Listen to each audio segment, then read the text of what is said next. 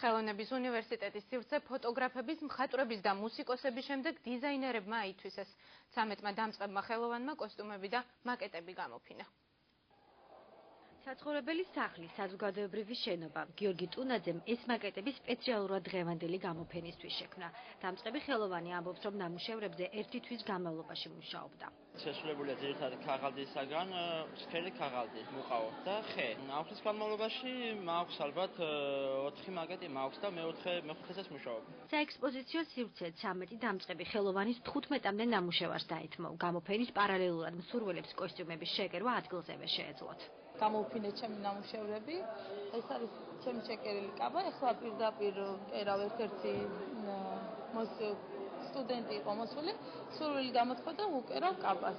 კოსტიუმებისა და მაკეტების გამოფენა ახალგაზრდული კლუბების მხარდაჭერის ფარგლებში ხელოვანთა კლუბის რიგით მე-6 ღონისძიება. წინა პერიოდში მათ დამწყები და მოყვარული ფოტოგრაფებისა და მხატვრების გამოფენა, ასევე კლასიკური მუსიკის საღამო გამართეს.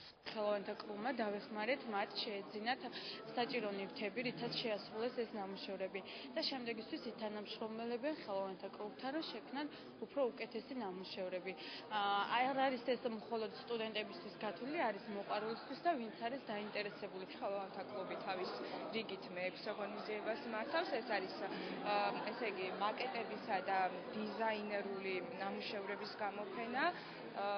დეპარტამენტი აფინანსებს, რა თქმა უნდა, მხოლოდ ფინანსურად და იდეური ყველაფერი იდეა ან გამომდინარეობს და მოდის ხელოვანთა კლუბიდან. გამოფენას ხელოვნების უნივერსიტეტი 2 დღის განმავლობაში უმასპინძლებს. ღონისძიება სპორტისა და ახალგაზრდობის საქმე და დეპარტამენტის პროექტის ფარგლებში გაიმართა და მისი მიზანი ნიჭიერი ახალგაზრდების წარმოჩენაა.